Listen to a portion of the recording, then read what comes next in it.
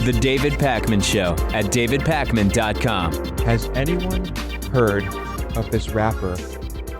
I don't know if he goes by Bob or just B.O.B. Have you heard of this guy? No, I don't think so. Okay. This guy is a Grammy nominee. Now, the Grammys are total fucking shit. And I'll get to his music in a minute. But Okay. he just tweeted recently, I guess he just started some social media campaign where he's calling out Neil deGrasse Tyson, and he is claiming that the earth is flat. Mm-hmm. He has a picture of himself here with a city that is 16 miles away. He's on top of a big hill or something, and he says, "Where's the curve? Please explain this." And he puts up a picture from some aerial photo looking out over a vast wilderness. Whatever. I don't know. There are clouds. Maybe there's a city down there too. Anyway, you get the idea. And he says, "Where's the curvature?" Yeah, okay. He says, "No matter how high in elevation you are, the horizon is always eye level. Sorry, cadets, I didn't want to believe it either." And then he tweeted, "I'm going up against the greatest liars in history. You've been tremendously deceived." Neil deGrasse Tyson responded with, "Flat Earth is a problem only when people in charge think that way. No law stops you from aggressively basking in it." And also, dude, I don't know, but there must have been more of this exchange saying, "Dude, to be clear, being 5 centuries regressed in your reasoning doesn't mean we all can't still like your music." I found this interesting for a couple of reasons. I mean, number one, if it's true that humans cannot perceive the curvature of the earth, that would not prove anything about the shape of the earth, right? That's number one, just because you can't physically get yourself into a spot where you can perceive that. Now, the counter to this is that... But we can, we have got ourselves in spots where we can perceive. Exactly. If there's videos, if you look on YouTube, well, first of all, when we've left the earth and go into orbit, we obviously see it. But even from the average person, right, if you just look at planes, the high altitude planes that fly at like 70,000 feet, you can see the curvature. But now here's my understanding of this, and I'd be interested to know if this is just an optical illusion or real. My understanding is when you go to the ocean, if you have an unobstructed view and you just sort of look straight ahead at the horizon, that you can perceive a very slight curvature sort of at the borders of your peripheral vision. It's possible that that's an optical illusion, but I remember reading at some point over a decade ago, and who knows if that's been since debunked, that when you go to the ocean, your vision can perceive the slight curvature that there is. I have perceived that, but yes, I don't know. It could be an optical illusion of some sort.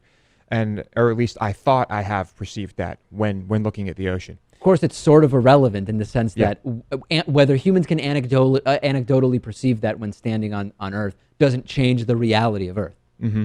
So my first thought here was that Trolling here's for someone attention. who, for some reason, is successful, and I still have yet to get to his music. But I'd never heard of this guy. Now I have. So is this just a PR stunt? It crossed my mind. To get him attention. If you came to me and said, "Listen, David, you can double your audience just by saying the earth is flat," I don't know that I would jump all over that, because to a certain extent, I don't want to affect my credibility in such a significant way, right? So I don't know.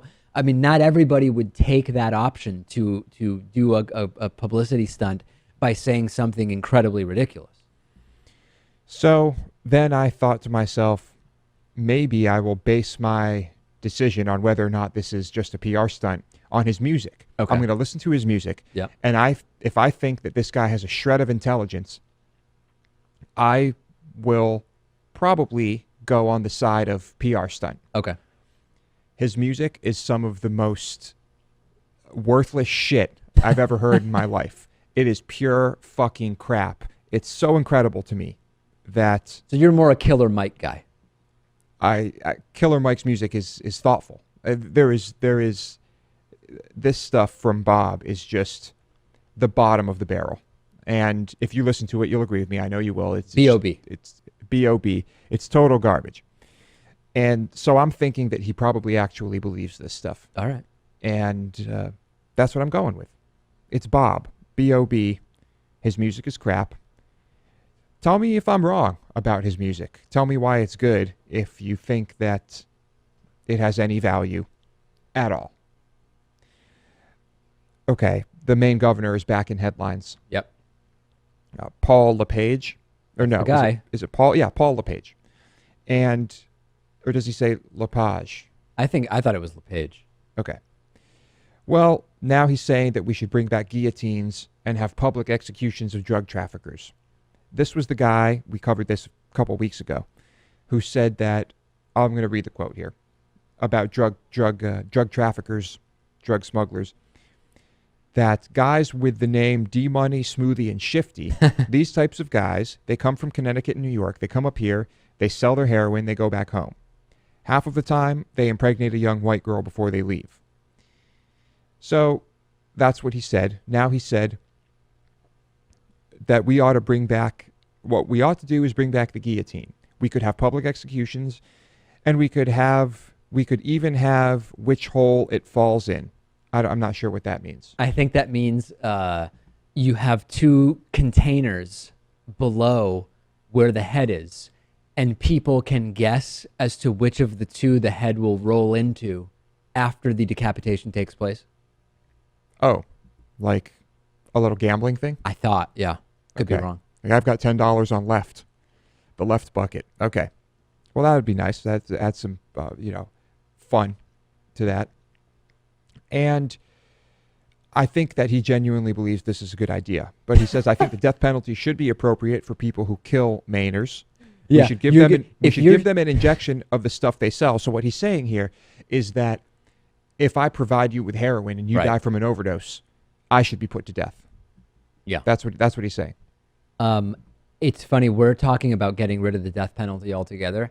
It's going to be a non-starter to have that conversation with the guy who's looking to bring back public beheadings, right? That you're not going to get too far. Maybe step one is saying, let's get away from the public decapitations. Then we can save the conversation about the death penalty for next week or something like that. Yeah. Now, this guy endorsed Chris Christie.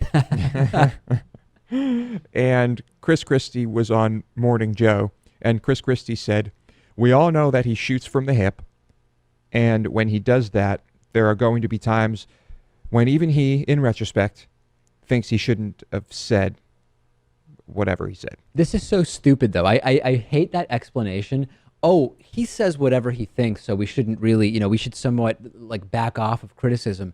Who would say that we should bring back public decapitations if they don't really think that? It's like either he thinks we should have that or he doesn't think we should have that. And then question B is that something you want to admit in public? But this idea that, he's really going to let you know what he feels, we shouldn't be too critical of him. No, yeah, we should be critical of what it is that he feels. What he feels is crazy, that we should bring back public decapitations. Yeah. So in retrospect, he may regret saying it because it was not a good decision to say Right. it. I'm quite sure he believes this stuff. It's like when people say, I apologize if anybody was offended. You're not really walking back what you said. You just are apologizing that it became offensive to somebody. Yeah. It's like driving through a crowd and then saying, I apologize if anyone was killed. You're not saying, I'm sorry that I committed this act. Right. You're saying, well, if people were hurt, I'm sorry. That was If the actions I took led to these consequences and those consequences upset people, I regret that anybody was upset. I regret that you were upset by my driving through a crowd of people and then killing everyone. Exactly. Okay. Another CTE case found in a very, I would say, pretty young deceased football player. Right. CTE, of course, is chronic traumatic encephalopathy. Indeed. And this is what happens when you have repeated concussions or just jarring hits. They accumulate, and this is what happens. And I'm sure everybody knows about this. We talk about it a lot. So now this is former NFL and Iowa safety Tyler Sash. Died last year at the age of 27 after mixing two powerful pain medications. He died of an overdose. And, well, he was, like I said, 27 and has now been, I wouldn't say diagnosed with CTE. Is that even the right word? It has been determined that he had CTE. Yeah, I mean, it is a diagnosis. It's a posthumous diagnosis, but a diagnosis nonetheless. Mm-hmm.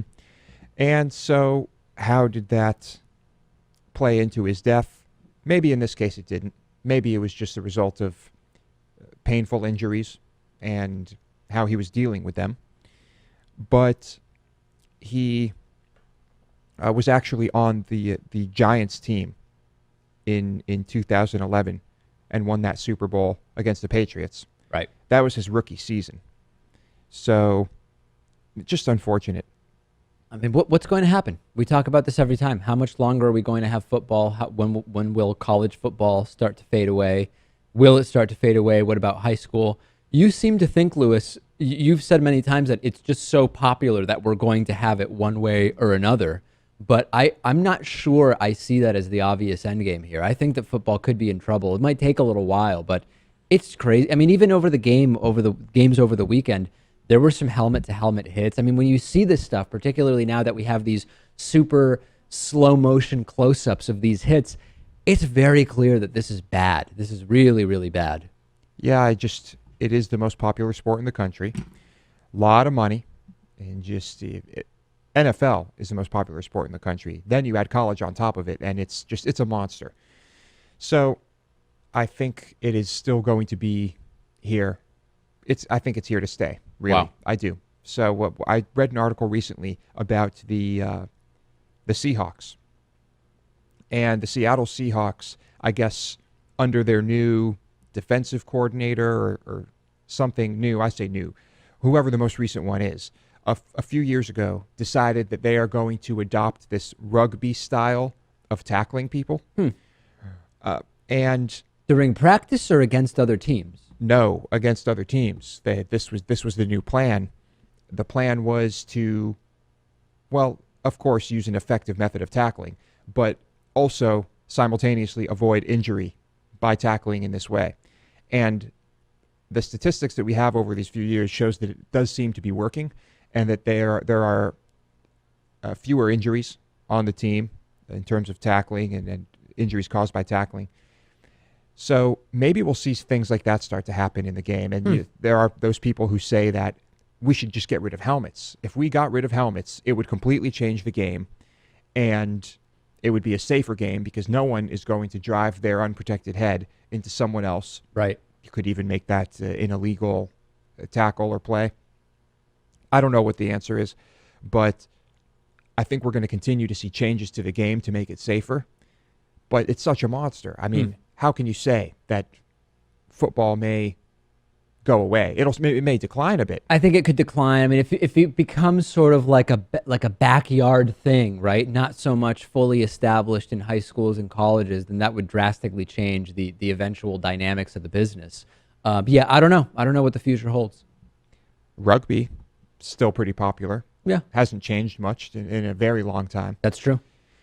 So we'll see what happens. Very quickly, yesterday we had the town hall. It went great. We spent an additional, 5 or 7 minutes answering some extra questions.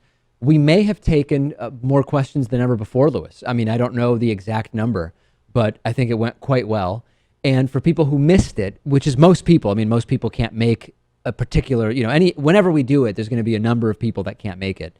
We will be uploading the entire thing to YouTube. We will link to it from the member town hall page, which we have, and you'll be able to check it out. And we should probably not wait. I think it's been 3 months since the last one. Maybe we'll do the next one just in a couple of months. We don't want to overdo them, but there was such an overflow of questions, Lewis. There were probably 15 or 20 questions asked and unanswered at the time that we wrapped up. Yes. So I'm all for that. Let's do another one. Yeah, let's change the frequency in which we do these things. Thank you. The David Pakman Show at davidpakman.com.